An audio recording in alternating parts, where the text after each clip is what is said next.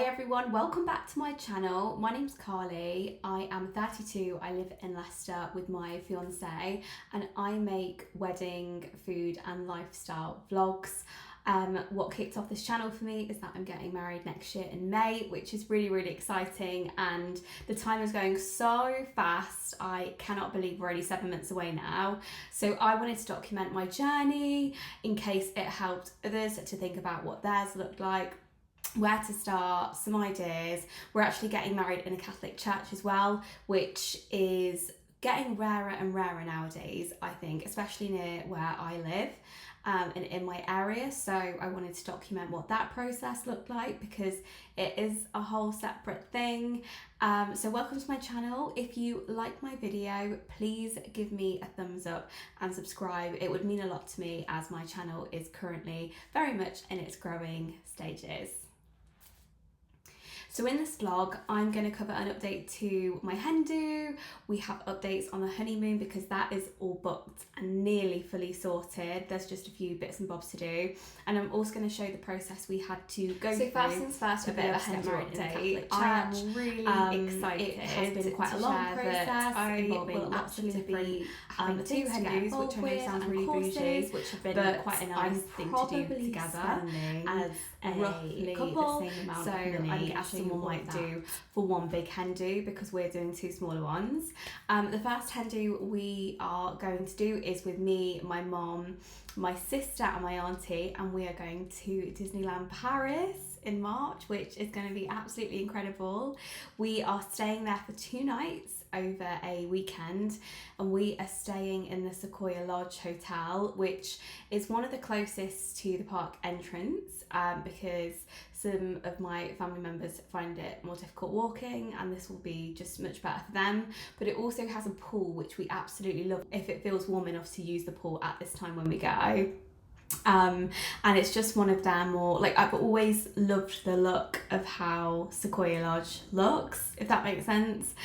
We've previously stayed in the Toy Story themed hotel, which I now can't remember what it is called, but that was really cool as well, and I was actually super surprised at how incredible that was. But that was a much longer walk from the entrance of the park to the hotel.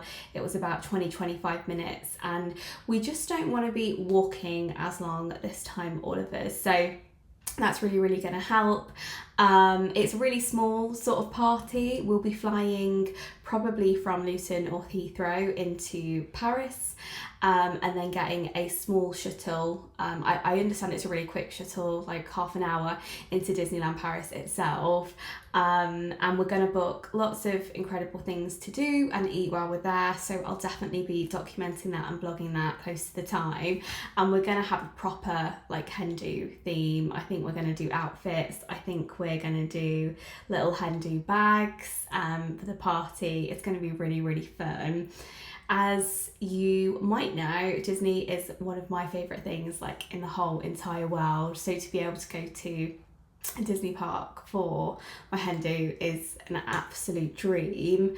We've also done it on a little bit of a budget, so we booked at a really good time. We got some good rates on the hotels. We're yet to book flights actually, and they keep going up, but yeah, we want to try and make sure that it is affordable for everyone, but equally we're going to have a really good time, and it's going to be the best hen do ever. Separately, I am holding a bigger hen do for the rest of the girls and women that are coming to my wedding, and that is going to be much closer to where I live, literally in the town centre, and my sister's hired out like a little room for us to have a bit of a brunch, and that is closest to the wedding, so that'll be incredible. And it will be a bit of a bottomless brunch theme, but actually just really simple, and it won't be necessarily like a whole day thing. It might be a whole afternoon evening thing, which will be more accessible to people who want to come as well, which is cool. So that's the hen do's. We're pretty much there with most of the planning around them. I think with Disney, for anyone who's gone to Disney, you will know that I think is it 45 days before or 60 days before the bookings open up for food and maybe activities, and they are really, really popular. They go before you've even had a chance to click the button with some of the restaurants. The couple of restaurants I'd love to dine in while there are the Ratatouille restaurant, I think it's called Chez de Remy. We have been there once before, it was incredible, and they did a really nice 2 or 3 course meal style thing, and I think we got some wine as well. And actually, as far as Disney goes, it wasn't too bad price wise, but just the whole theming, the restaurant is situated just outside the ride, and everything in the restaurant is meant to make you feel like a small mouse, basically. So they have like massive umbrellas. I'm pretty sure the tables are like massive corks that you're sat on. There's like massive plates and things, and massive like cutlery around the restaurant. So it's really, really fun. The theming's amazing, and the food was actually very good from what I remember. The other one is Captain Jack's, which is near the Pirates of the Caribbean ride, and again, I think you can pretty much look out and see the ride or the ride queue while you're there, and it's another really popular one, and I think it's almost like, well, like Caribbean-y style food. I hope that is correct. I'm pretty sure it is. The menu looks absolutely fantastic, and that's not somewhere we went last year. And I also love a cocktail, and they look like they've got really good cocktails. So they are the two. I think we also want to be flexible outside of those meals to be able to just grab something on the go that's probably a bit easier and a bit cheaper for lunches and breakfast and stuff. We might be looking at the dining plan, one of them I will pop over here, and that is where you pay a set amount per person. There's different tiers of dining plan. I think we might be looking at the breakfast and the evening meal one, or I think you get breakfast and or lunch and an evening meal, and we actually thought that was quite reasonable versus the price of paying outright per person in full breakfast or like in the evening restaurants that I've just mentioned that we really want to go. So that is something we're currently considering and we'll probably go for. Other bits to mention around it, whatever airport we end up going from, we might actually also have Birmingham as a potential airport to go from in the mix. I have recently signed up for an Amex Gold Preferred Rewards card, which gives you 4 passes to lounges in certain airports and certain lounges across the UK. And obviously in those lounges you can pretty much go, don't quote me on this, but and eat as much food and drink as you want based on what they're serving and what's available, which is really cool. So I think I'm going to use those for then, or maybe use a few of those passes for then and pay the extra to cover the rest of the party, and then use a couple of those lounge passes when Alistair and I go on our honeymoon, because we will be flying out from, I've forgotten, it's Birmingham or Heathrow, to go to Dubai, and then onwards to our destination, which I'll talk about in a second. So yeah, just a really cool perk to have in an airport. You obviously save a tiny bit of money on the other food and drink you would have had otherwise, and it just makes the experience like much nicer and actually much more Hindu honeymoonish. And I think we've used an airport lounge once or maybe like twice, and it feels like a real luxury when you do, so we're quite excited about that. So onwards to honeymoon, which is pretty much nailed down again, apart from some of the finer detail around activities. So we are very lucky to be going on the honeymoon that we are going on. We're going to the Maldives for 8 nights, which has been an absolute dream for us to do forever. When we've talked about our honeymoon, it's always been something I've wanted to do. Alistair's been really interested in it too, and we toyed with the idea of basically, do we just go to the Maldives or do we try and do some of the surrounding countries?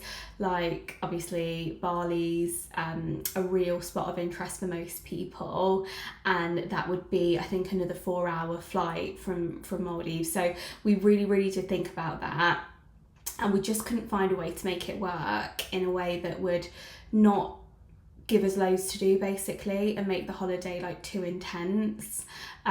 We did both have potentially like 2.5 weeks booked off work, so we could have done like a longer stint and done a set period of time in the Maldives and then done Bali, or vice versa. But after looking at flights and costs and things like that, we decided that if we're going to do the Maldives, which is a once in a lifetime dream holiday for a lot of people, including us, we probably just wanted to give it all of our focus and all of our like energy and just really, really enjoy being there. So yes, so we are going to the Maldives as our single sort of destination. However, we have made it a bit more varied by breaking it up into 2 4-night stays.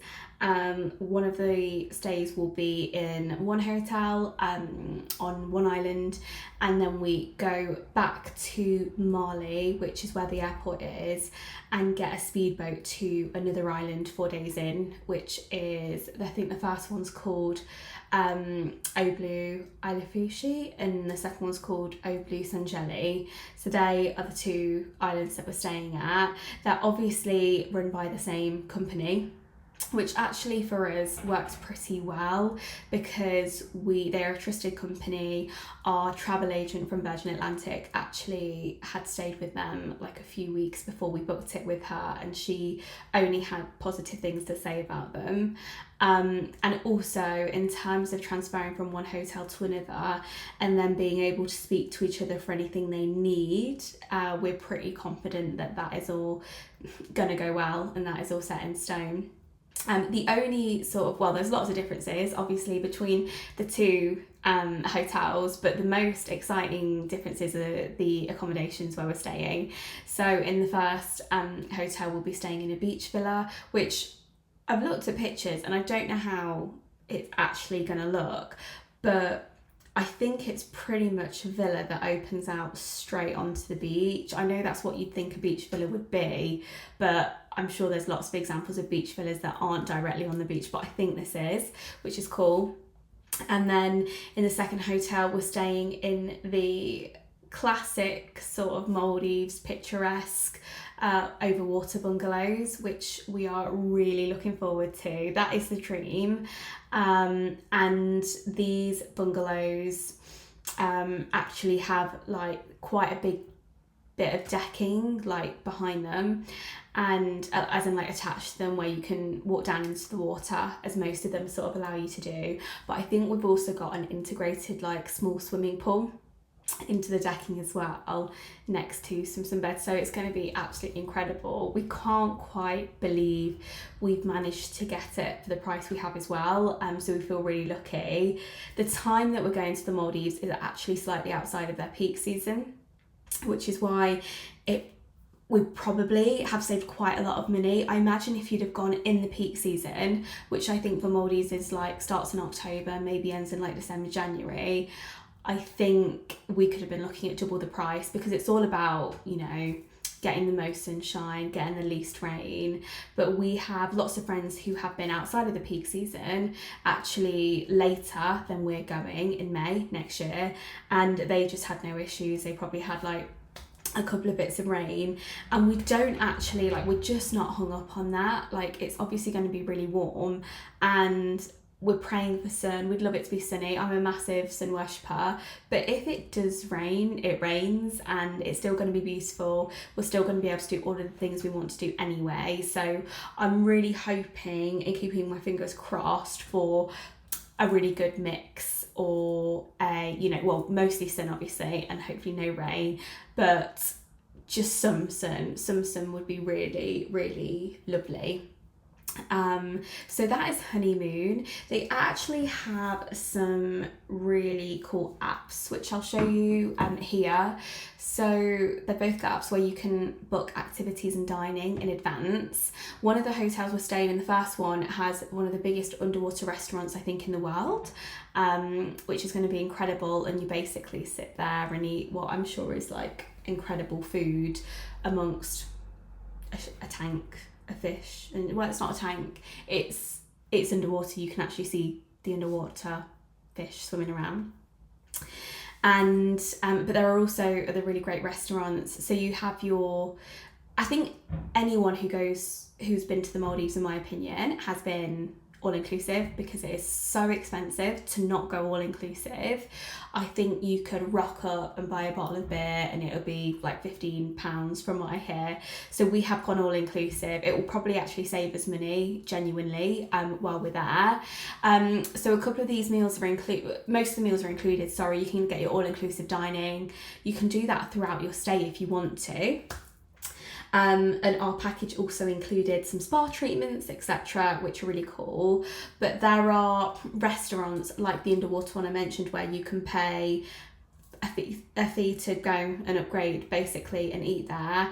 And I wasn't too put off by what those like upgrade fees were. So for the underwater restaurant, I want to say it was something like $115 American dollars to upgrade, which in Great British pounds is something like 60, maybe 70 quid. So worth as a one-off if we really want to go and sit at that restaurant and eat some nice food. We will do that. We will pay the extra, but mostly we'll be dining at the all-inclusive places that we get as standard because we paid enough for that anyway. So yeah, I've mentioned food, I've mentioned spa treatments, and a lot of both the hotels have like a really good range of drinks that are included too. So I think you get your standard beer and wine, but I also think there are like house cocktails.